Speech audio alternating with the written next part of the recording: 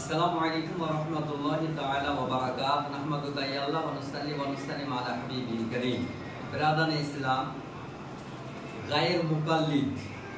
গায়ের মুকাল্লিদরা লা মাযহাবি যাদেরকে আমরা বলি, যাদের কোনো মাযহাব নেই, নিজের নাম আহলে হাদিস কেন রেখেছেন? নিজের নাম আহলে হাদিস রেখেছেন কেন? দেখুন, এক পিতা নিজ ছেলের নাম রাখলো SP, DM, CM, PM, scientist ইত্যাদি এরকম নাম তার সন্তানের নাম রাখলো। এ নামগুলো শুনে জনগণ তাকে বলল, নাম যখন ছেলেদের সন্তানের রাখে তো জনগণ নাম ডাকার জন্য নাম ডাকে, তাহলে যখন সিএম, ডিএম, এসপি নাম রেখেছে তো সে নাম দ্বারাই ডাকে।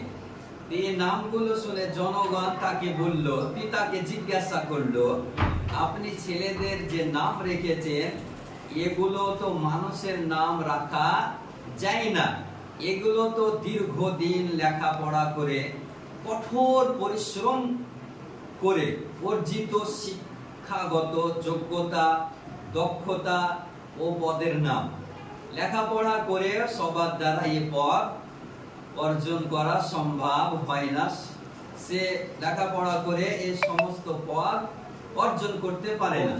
তখন সেই পিতা, যে পিতা ডিএম সিএম নাম রেখেছিল, সে পিতা বলল, আমিও জানি যে এগুলো মানুষের নাম রাখা যায় না, এগুলো শিক্ষাগত যোগ্যতা, দক্ষতা ও পদের নাম।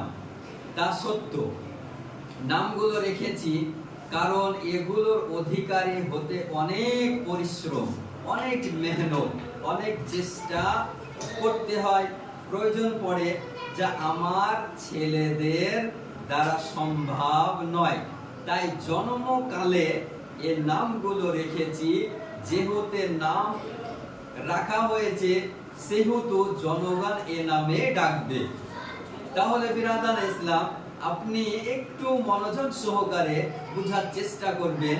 বুঝ সামান্য ব্যক্তিরা বিষয়টি বুঝলেও অবুঝেরা তো বুঝবে না। এসপি নাম শুনে তারা ভাববে যে সত্যি এসপি, ডিএম নাম শোনার পরে ভাববে যে হ্যাঁ সত্যি ডিএম। সার অংশ এটাই আমি বলতে চাইছি এবং এটাই বোঝাতে চাইছি যে লা মাযহাবিরা জানে যে আহলে হাদিস বিশেষজ্ঞ, বিশেষ শিক্ষাগত যোগ্যতা, দক্ষতা ও পদের নাম, কঠোর পরিশ্রম করে তা অর্জন করে, তাদের দ্বারা সম্ভব নয়। তাই তারা নিজেদের নাম আহলে হাদিস রেখেছে।